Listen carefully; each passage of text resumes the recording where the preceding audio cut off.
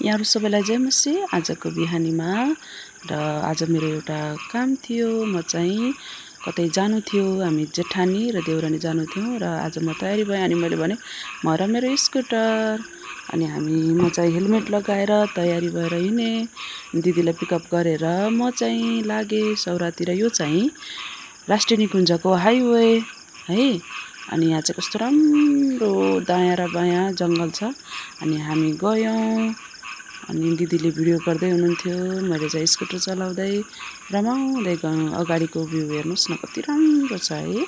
हाम्रो नेपाल एकदमै प्रकृतिले भरिएको धनी, प्रकृतिको धनी हाम्रो राष्ट्र नेपाल हो है। त्यसपछि हामी सौरातिरको बाटोमा झर्यौं अनि सौरा हुँदै जाँदाखेरि यो चाहिँ सौराको गेट, मेन गेट। वाउ, यो चाहिँ कस्तो राम्रो छ पुल, हेर्नुस् न पुल है, कति राम्रो छ पुल। अनि पानी साइडमा खोला, यतापट्टि यस्तो राम्रो चौर छ, हेर्नुस् न कति राम्रो छ। अझै त्यहाँ त एउटा चौतारो पनि छ, कति राम्रो। म त यो ठाउँमा एकदमै मन पराउँछु है, म चाहिँ गइरहन्छु। अनि कस्तो शीतलो ठाउँ, बस्ने ठाउँ जस्तो थियो। त्यसपछि हामी सौराको तलतिर झर्यौं। यो चाहिँ सौराको तलपट्टि झरेको गेट।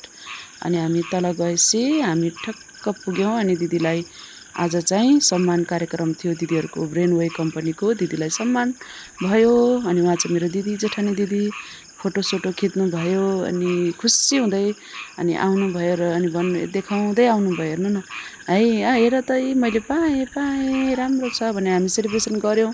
अनि बधाई छ दिदी, बधाई छ हजुरलाई भनेको त दिदीले त उल्टो मलाई पो ल बधाई छ अरे। ल अनि मलाई चाहिँ किन भनेर भनेको। अनि हामी खुसी भयो। अनि मैले भने हामी यो पाउनको लागि हामी वहाँदेखि हामी दिदीबहिनी आएको, यसको लागि भनेर वहाँदेखि भनेको है मैले है। अनि एकदमै रमायो। अनि दिदीले भिडियो गर्छु म, तिमी हिँड त अघि अघि, मलाई यो सिनहरू मन पर्यो भन्नु। मलाई नि एकदमै मन पर्छ है, मलाई यस्तो हरियाली। अनि दिदीले मलाई हिँड हिँड भन्नुभयो, म पनि टुकुन टुकुन हिँडेँ है। हिँड्दै यो सबै कुराहरू दिदीले म खिचिदिन्छु, तिमी हिँड अघि अघि भन्नुभयो। अनि म हिँडेँ। अनि फेरि पनि ल अघि अघिबाट यता मतिर आऊ भन्नुभयो। अनि म नि गएँ। अनि दिदीले त मलाई भिडियो खिच्दै गर्दा त के गीत गाउनु भयो, हँसाउने गीत है, मलाई हँसाउनु भयो। अनि म त हाँस्दै उहाँले जे भन्नुहुन्छ, ल ल यता आऊ त, अनि पात टिपेर फुत्त फाला भन्नुभयो है। फुत्त फालेको त उहाँको गीत सुनेर म त खप्नै सकिनँ। त्यसपछि हामी चाहिँ सौराको नदीको त्यो छेउमा गयौं, फोटो खिच्यौं, गुइलाई देख्यौं, गुइलाई हाई हाई गर्नुभयो दिदीले। अनि हेऱ्यौं। अनि यतापट्टि आएर हामीले फोटोहरू भिडियोहरू खिच्यौं, रमाइलो। हेर्नुहोस् त कति राम्रो छ हाम्रो सौरा, हाम्रो चितवन। हाम्रो चितवन चाहिँ एकदमै राम्रो छ। तपाईँहरू पनि घुम्न आउनुहोला। टाढादेखि कहाँ हुनुहुन्छ हजुरहरू, अनि कमेन्ट पनि गर्नुहोला कहाँदेखि हेर्नुभएको छ। हामीले फोटोहरू खिच्यौं है। तपाईँहरू जहाँबाट भए पनि कमेन्ट गर्नुहोला है त, मेरो भिडियो कहाँसम्म पुगेको रहेछ, कुन ठाउँमा भनेर।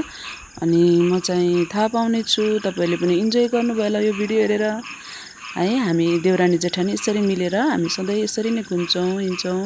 यो भिडियो हेरेर इन्जोय गर्नुहोला। सबैलाई जय मसी, नमस्कार। मिठो खाएर भिडियो अनि फोटो खिचेर हामी घर आयौँ।